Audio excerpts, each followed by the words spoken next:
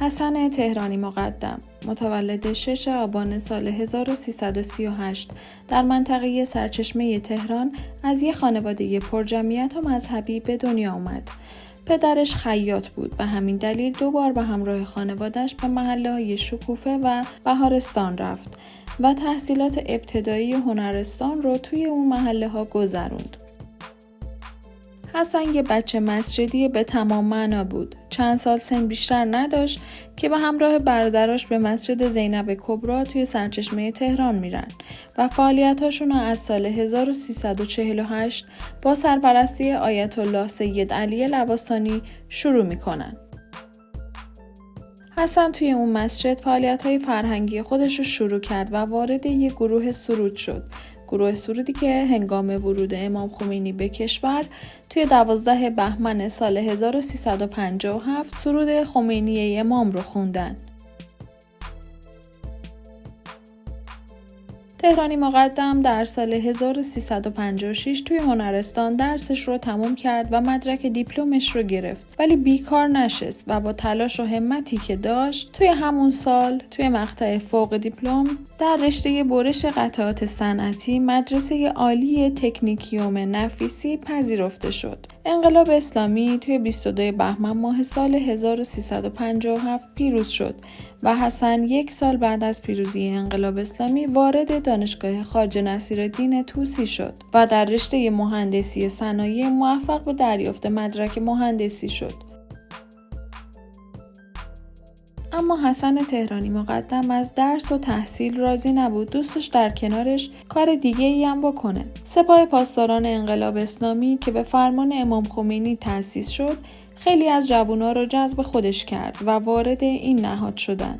حسن هم یکی از اونا بود که وقتی 21 سالش بود در تیر ماه سال 1359 وارد این نهاد انقلابی شد. اولین مسئولیت حسن تهرانی مقدم بعد از ورود به سپاه حضور به عنوان مسئول اطلاعات منطقه 3 سپاه شمال بود. حسن بعد از 2 سال یعنی در سن 23 سالگی در سال 1361 با خانم الهام حیدری ازدواج کرد و حاصل این ازدواج 4 فرزند بود. حالا میخوایم برگردیم به زمان حکومت محمد رضا پهلوی. ایران در اون زمان از تجهیزات نظامی زیادی برخوردار نبود و هیچ تولیدی هم توی این زمینه نداشت. به خاطر همینم شاه دائم در حال خرید تجهیزات نظامی بود. شاه معمولاً عادت داشت که تجهیزات نظامی گرون قیمتی رو بخره که نمونه‌ش هم همین F-14. F-14 از F-15 گرونتر بود، ولی F-15 هم جدید بود هم کارایی بیشتری داشت، ولی اون ترجیح میداد تا جنگنده های گرونی رو بخره. یکی از ایرادات سیاست شاه وابستگی شدید کشور بود. علیرغم اینکه بودجه بخش نظامی خیلی زیاد بود، ولی شاه این بودجه رو صرف خرید میکرد، نه تولید. این راهبرد باعث شد تا خیلی به آمریکا و کشورهای غرب وابسته بشیم. حتی برای نگهداری و تعمیر سلاح‌های پیشرفته ما به آمریکا نیاز داشتیم. ما حتی توی تولید فشنگ ژ3 هم عاجز بودیم. به خاطر همینم وقتی انقلاب پیروز شد، متخصصان آلمانی ایرانو ترک کردن و ما توی تولید فشنگ و سایر قطعات فشنگ ژ3 به مشکل خوردیم. به محض پیروزی انقلاب اسلامی متخصصان و مستشاران غربی که از ایران رفتن، قراردادهای تسلیحاتی هم لغو شد. خریدای تسلیحاتی رژیم شاه باعث شد تا عراق با ایران توی این خرید تسلیحات رقابت کنه. رژیم بعث توانایی خرید هواپیماهای گرونی رو که شاه می‌خرید رو نداشت. به خاطر همینم تا میتونست تانک خرید. شاه هم به خاطر همین بهانه یه قرارداد سنگین با انگلستان بست و 1500 تا تانک از این کشور خرید. البته این تانک ها با پیروزی انقلاب هیچ وقت تحویل ایران داده نشد که حتی پولی رو که شاه بابت این تانک ها پرداخت کرده بود رو هم هیچ وقت به ایران پس ندادن. بعد از رفتن مستشاران غربی از ایران، عراق بهترین فرصت رو دید تا به ایران حمله کنه. چون هم تانکاش به دستش نرسید، هم دیگه غربی‌ها نبودن که تسلیحات نظامی بدن. بیشتر هزینه ایران در زمان جنگ برای خرید سلاح و تقویت شرکت‌های غربی و شرقی میشد. اما بعد از انقلاب این هزینه‌ها برای تولید سلاح در داخل مصرف میشد و در واقع از طریقی هم تولید اشتغال برای جوونا بود.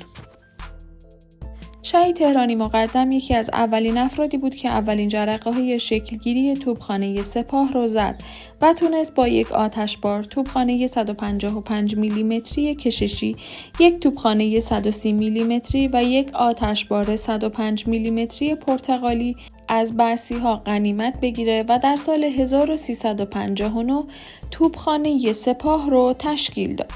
بعدها با استفاده از این توپخانه در لشکر امام حسین اصفهان مواضع دشمن بعثی رو بمباران میکنه. همین گروه 2 سال بعد در سال 1361 واحد یگانه توپخانه سپاه رو تشکیل میدن. حسن تهرانی مقدم روی اهداف خودش پایبند بود و خیلی مصمم به کار خودش ادامه میداد. یکی از آرزوهای این شهید این بود که اسرائیل رو نابود کنه. اواسط جنگ ایران و عراق بود که عراق حمله موشکی خودش رو علیه شهرهای ایران شروع کرده بود، ولی ایران اون موقع موشک نداشت.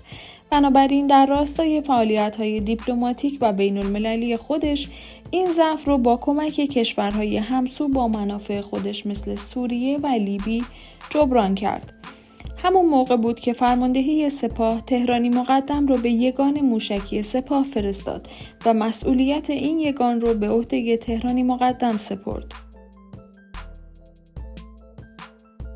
حسن تهرانی مقدم و نیروهاش تونستن در 21 اسفند سال 1363 اولین موشک ایران رو به کرکوک شلیک کنند.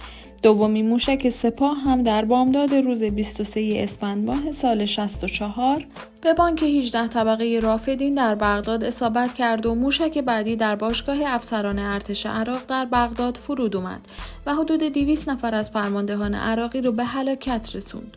بعد از صدور فرمان امام خمینی مبنی بر تشکیل نیروهای سگانه سپاه پاسداران، شهید حسن تهرانی مقدم در سال 64 به عنوان فرمانده موشکی نیروی هوایی سپاه منصوب شد. اگه یادتون باشه گفتیم که در اواسط جنگ ضعف موشکی ایران از طریق سوریه و لیبی تامین میشد، ولی لیبی بعدها کارشکنی کرد. در سال 1365 کشور لیبی بر اساس توافقنامه قبلی چندین فروند موشک اسکاد و همراه لانچر پرتاب به ایران فرستاد و قرار شد توی پادگانی که از قبل مشخص شده بود کارهای آماده سازی و سکوی پرتاب تحت نظر کارشناسان لیبیایی انجام بشه. اما یهو خبر میرسه که این کارشناسان بدون هماهنگی قبلی با ایرانی‌ها همراه با برخی از قطعات حساس موشک‌ها به سفارت لیبی رفتن و کار رو معلق گذاشتن. در حقیقت معمر قذافی با این کار دنبال باجگیری از ایران بود. وقتی این خبر به گوش تهرانی مقدم میرسه روی تصمیم خودش قاطع تر میشه و به همراه گروه خودش توی کمتر از 2 ماه موشک ها رو عملیاتی کرده و آماده شلیک به مواضع عراقی ها میکنه.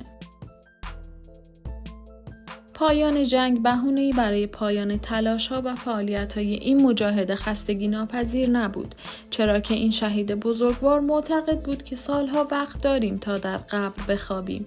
اکنون زمان استراحت نیست، بلکه باید از فرصت‌ها به نحو احسن استفاده کنیم. با این تفکر ارزشمند، وی با پایان جنگ وارد حوزه تحقیقات و توسعه فعالیت‌های موشکی سپاه شد و در سازمان جهاد خودکفایی سپاه به عنوان مسئول مشغول به کار شد.